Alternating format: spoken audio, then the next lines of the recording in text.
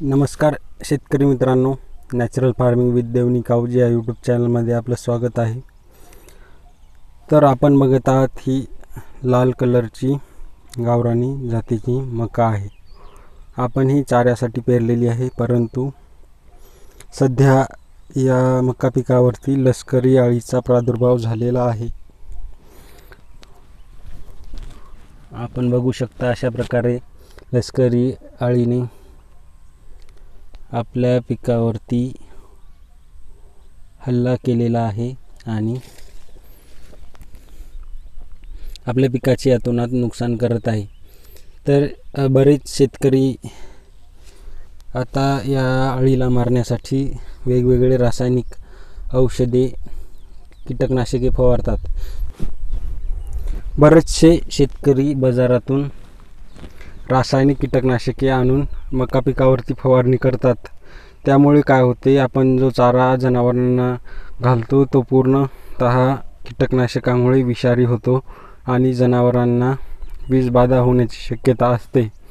तर आपण या लष्करी अळीवरती प्रभावशाली आणि घरगुती उपाय कसा करावा आणि तेही शून्य खर्चात, ते आज आपण बघणार आहोत.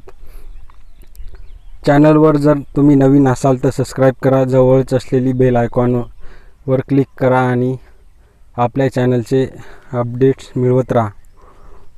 तर हा व्हिडिओ शेवटपर्यंत बघा. आपण लष्करी अळीसाठी कोणता घरगुती उपाय करणार आहोत आणि त्याचा खरंच आपल्या मका पिकावरती लष्करी अळीचा प्रादुर्भाव कमी करण्यासाठी आपल्याला घरगुती कशा प्रकारे औषध तयार करायचे आहे आणि ते बिना खर्चात, ते आपण चला पाहूया. आता आपण बघणार आहोत नैसर्गिक पद्धतीने आपल्याला लष्करी अळीसाठी कशा प्रकारे कीटकनाशक तयार करायचे. ते आपल्याला सुरुवातीला 1.5 फुटाखालची माती खोदून घ्यायची आहे. शेतातली किंवा शेताच्या बांधावरची किंवा कोठलची पण आपण माती घेऊ शकतो. या अशा प्रकारे आपल्याला 3 किलो माती घेतलेली आहे आणि ती 20 लिटर पाण्यामध्ये टाकायची आहे. 100 लिटर पाण्याला आपण साधारण 15 किलो माती घेऊ शकतो आणि 200 लिटर पाण्याला 30 किलो माती घेऊ शकतो. पण ही माती 1 ते 1.5 फुटाखालचीच असली पाहिजे. ही माती आपण या पाण्यामध्ये आपण टाकणार आहोत. अशा प्रकारे टाकल्यानंतर काठीच्या साहाय्याने आपण डवळणार आहोत व्यवस्थितरित्या 1 ते 2 मिनिट, जेणेकरून मातीमधले पूर्ण जे घटक आहेत ते आपल्या पाण्यामध्ये मिक्स होतील. अशा प्रकारे व्यवस्थित 1 ते 2 मिनिट चांगल्या प्रकारे डवळायचे आहे आणि 10 ते 15 मिनटं त्या मातीचा गाळ बुडाला बसू द्यायचा आहे.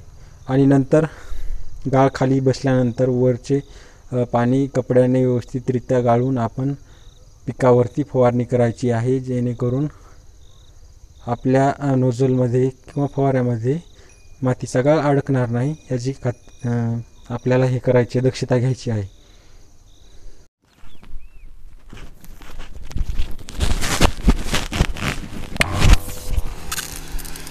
आता आपण याची फवारणी करत आहोत. फवारणी करताना पोंग्यामध्ये पाणी जाईल आपण फवारलेलं, याची दक्षता घ्यायची आहे. अशा प्रकारे पोंग्यामध्ये पाणी गेले पाहिजे, तरच लष्करी अळी मरण पावते. त्या प्रकारे पोंग्यामध्ये अशा प्रकारे पाणी गेलेलं पाहिजे. अशा प्रकारे आपण फवारणी केलेली आहे. आता याचा रिझल्ट आपल्याला 3 ते 4 दिवसामध्ये नक्की कळेल. तो व्हिडिओसुद्धा मी टाकणार आहे. असेच नवनवीन व्हिडिओ बघण्यासाठी नॅचरल फार्मिंग विथ देवनी कावजी या चॅनलला सबस्क्राईब करा आणि जवळच असलेली बेल आयकॉनवर क्लिक करा, जेणेकरून नवनवीन व्हिडिओ आल्यानंतर आपल्याला लगेच अपडेट्स मिळत राहतील. मातीच्या पाण्याचा स्प्रे करून आपल्याला सध्या 5 दिवस झालेले आहेत. तर आपण बघूयात तर काय रिझल्ट आला त्याचा. आता या मक्याचे पान आपल्याला किडीले दिसत आहे. त्यानंतर जे नवीन पान येत आहे, हे नवीन पान आलेले आहे, हे पूर्णतः फ्रेश आलेले आहे.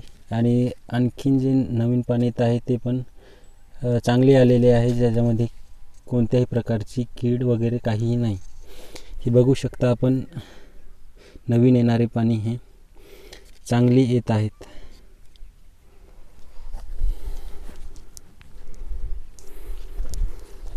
हे पाणी आपण बघू शकता, हे मातीचा स्प्रे केलेला आपण, आणि हे नवीन पाणी येत आहे. यामध्ये कोणत्याही प्रकारची कीड वगैरे काही नाही.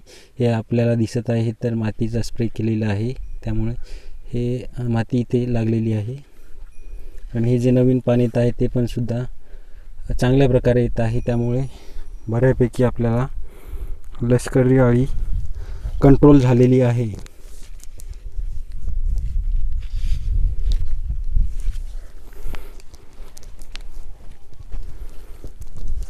ज्या शेतकऱ्यांची एका फवारणीतून कंट्रोल जर नसेल होत तर त्यांनी 3 ते 4 दिवसाच्या अंतराने 2-3 मातीच्या फवारण्या केल्या की व्यवस्थितरित्या लष्करी अळीचा नायनाट होतो आणि आपल्याला विषमुक्त चारा मिळण्यास मदत होते.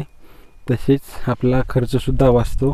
फक्त फवारताना एक काळजी घ्यायची की आपण जे पाणी फवारत आहे ते पोंग्यामध्ये गेलं पाहिजे, आणि पोंग्यामध्ये गेल्यानंतर त्या अळीचा त्वचेवरती ते पाणी चिटकतं आणि कोणतेही कीटक हे त्वचेने शोषण करतात.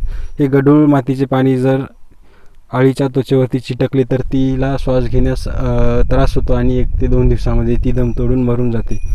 ही साधी सोपी पद्धत आहे, त्यामुळे प्रत्येक शेतकऱ्यांनी जर असे केले तर लष्करी अळीवरती नियंत्रण होते.